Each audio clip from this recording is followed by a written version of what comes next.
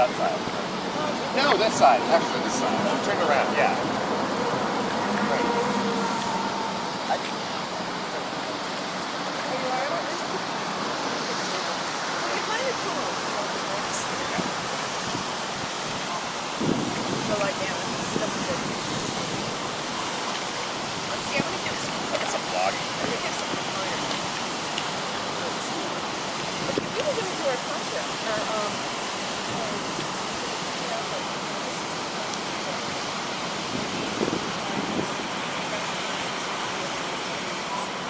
Try to sloganize the climate. Yeah, that's what this is about. About the impact. So, what is 55 gallons of effort. Don't have to smell. So it's not just kind of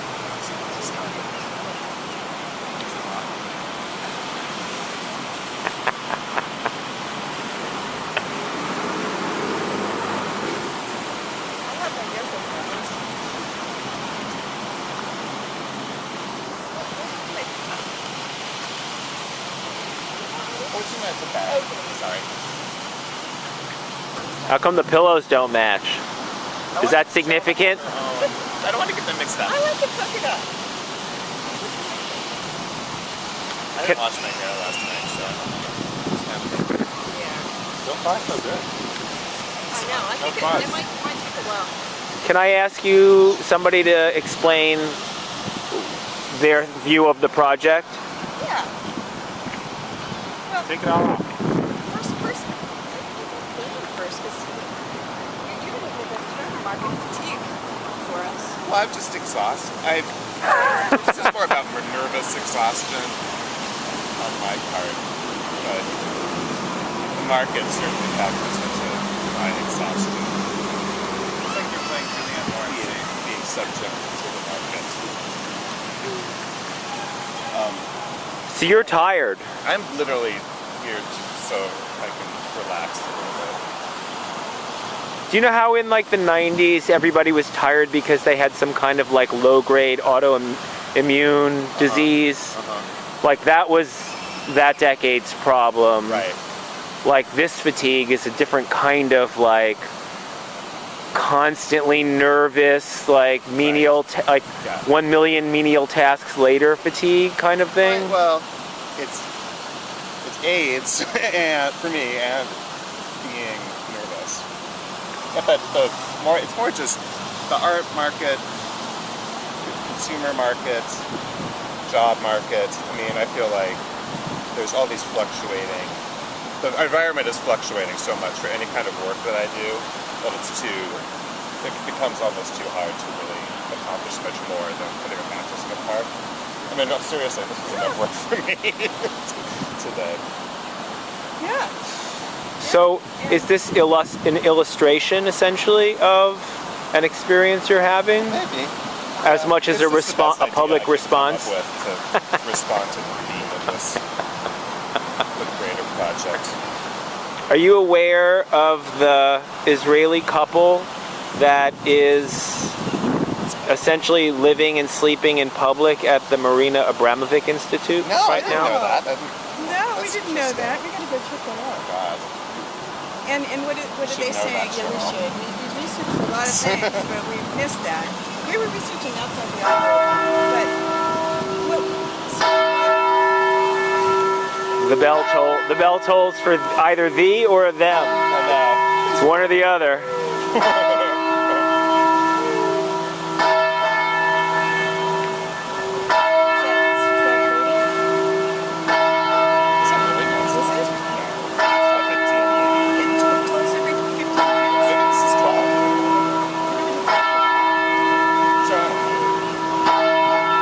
See a thing here. I have my other glasses.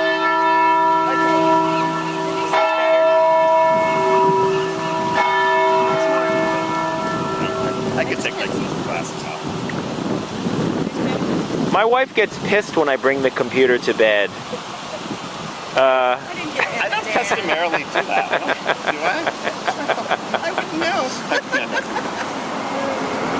And one of the things that this Israeli couple, whose names I forget, do is they have a project, an ongoing project, in which they find people to spend the night snuggling in bed with the wife. Okay. So,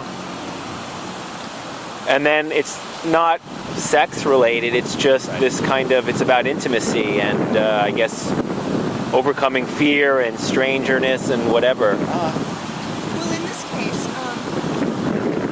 Dan and I have been art partners for a long time now.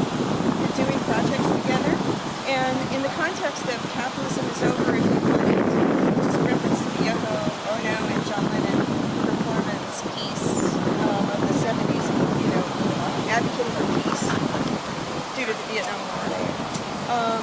We were thinking of this as sort of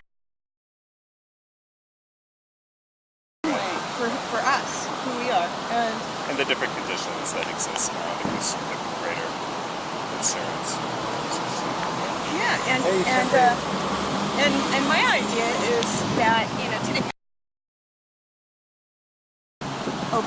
President Obama's birthday, and I think that's amazing. We chose this day accidentally, and then there's another thing. We just passed the 9th anniversary of the Afghanistan War, which means that this is a longer war than the Vietnam War was. So that's something that interests me vis-a-vis this performance in reference to the prior performance, which is why I brought a bunch of material that's all about oil and all about what I think is the crisis, the current crisis we have, the mega crisis we have right now, which is the climate crisis and carbon emissions. And the fact that the U.S. military is the #1 user of fossil fuel in the world. So we could solve all the problems at once if we... I don't know, I think my dad's the #1 user of fossil fuels in the world, but I'll believe you if you tell me it's the U.S. military. All right, so I think there's a relatively high consciousness about oil consumption, or a growing one, and about climate change, and about the limits of U.S. military power in the world. And the Greeks said to know the good is to do the good. If we know these are problems, why can't we solve the problems or respond to them properly? Even in the climate world and the climate activist world, nobody's talking really much at all, except for a few fringe people, about actually shutting down the military or giving military people, keeping them on the payroll, but giving them new jobs. And so Dan and I were thinking that we would try to think of some kind of way to put this all on a bumper sticker. We don't think that unless something's on a bumper sticker, even though the car is obsolete, unless it's on a bumper sticker, nobody really can understand it. So we're going to try to actually brainstorm how to communicate that idea, that the value of cutting off the oil supply to the military, which would immediately solve the carbon emission problem. I mean, that would be a huge reduction in carbon emissions. And then they could also work at different things, helping people, put in mass transportation. It sounds like you want to do to the civilian conservation corps kind of thing. Just change your job description. Just they're more like keep them on the National payroll. Guard people who do nice things. They don't have to do the same thing they're doing. They can be retrained. We should repurpose, retrain. That's where we should. Yeah, we don't need to be retraining all these. We probably need to retrain auto workers too. Yeah, and them too. Those two. Yeah. I guess I don't need to do it, but no, but we. I meant we. The government. Well, I have to say this is kind of related more to that other project we're working on for the summer of Tough Love, which is the bumper sticker. Yeah, that is. This is more emergent art. I don't know what we're calling it, curation. But we're trying to come up. I guess the main problem here is trying to find. We're both working outside our usual mediums here, and we're trying to find ways of